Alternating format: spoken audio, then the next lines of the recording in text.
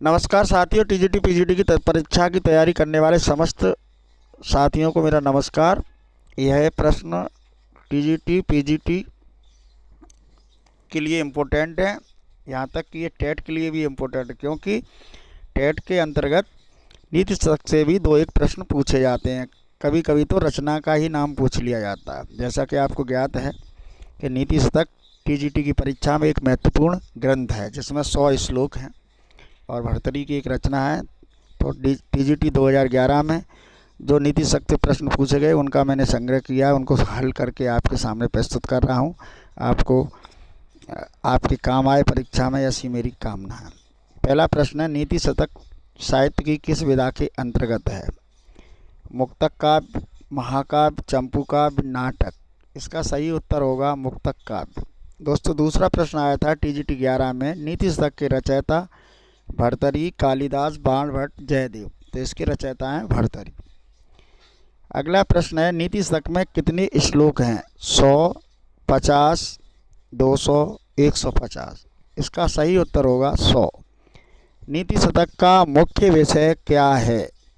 नीति कुशलता का उपदेश, स्त्री सौंदर्य, युद्ध वर्णन, वीर रस। इसका सही उत्तर है नीति कुशलता का उपदेश। नीति शतक की भाषा कैसी है? अति सरल सुबोध, अत्यंत कठिन, अपभ्रंश, प्राकृत। इसकी सही उत्तर होगा अति सरल सुबोध। अज्ञ होने पर भी स्वयं को ज्ञानी मानने वाले को कौन नहीं समझा सकता? ब्रह्मा जी, विष्णु, शिव, गुरु। सही उत्तर होगा ब्रह्मा जी। अगला प्रश्न है, 2011 में अपनी अज्ञता छिपाने के लिए मूढ़जनों का एकमात्र उपाय है। इसके ऑप्शन है मौन रहना, अधिक बोलना, झगड़ा करना, हंसना। इसका सही उत्तर होगा मौन रहना। अगला प्रश्न है, स्वाभिमान और सम्मान के पात्र होते हैं विद्वजन, धनवान, राजा, बलवान। इसका सही उत्तर होगा विद्वजन। अगला प्रश्न है, नीति शतक से 2011 में पूछा गया है, बहुत इंपॉर्टेंट है। सत्संगति वाले श्लोक से पूछा गया, संगति का प्रभाव कैसा होता है?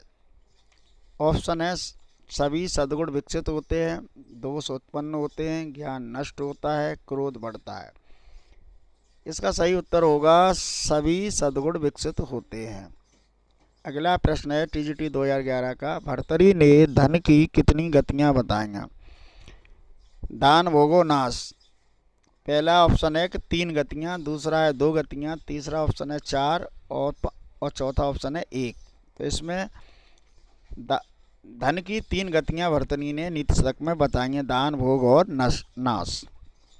अगला प्रश्न है, भारतीय जनश्रुति के अनुसार भर्तरी को किसका बड़ा भाई माना जाता है?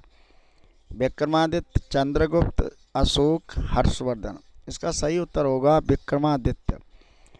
अगला प्रश्न है, महाराज भर्तरी की प्रमुख रचना इनमें से कौन सी है? महाराज भर्तरी की प्रमुख रचना इनमें से कौन सी है? इसका उत्तर होगा नीति शतक, मेघदूतम, अभिज्ञान शाकुंतलम, स्वप्नवास तत्तम। तो इसका सही उत्तर होगा नीति शतकम। अगला आखिरी प्रश्न है, टीजीटी 2011 में पूछा गया है, नीति शतक अपनी किस विशेषता के कारण प्रसिद्ध है? गेयता,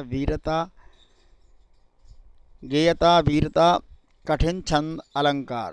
तो इसका सही उत्तर होगा गेयता। नमस्कार दोस्तों, ये टीजीटी 2011 का महत्वपूर्ण कलेक्शन है जो टीजीटी 11 में पूछे गए थे।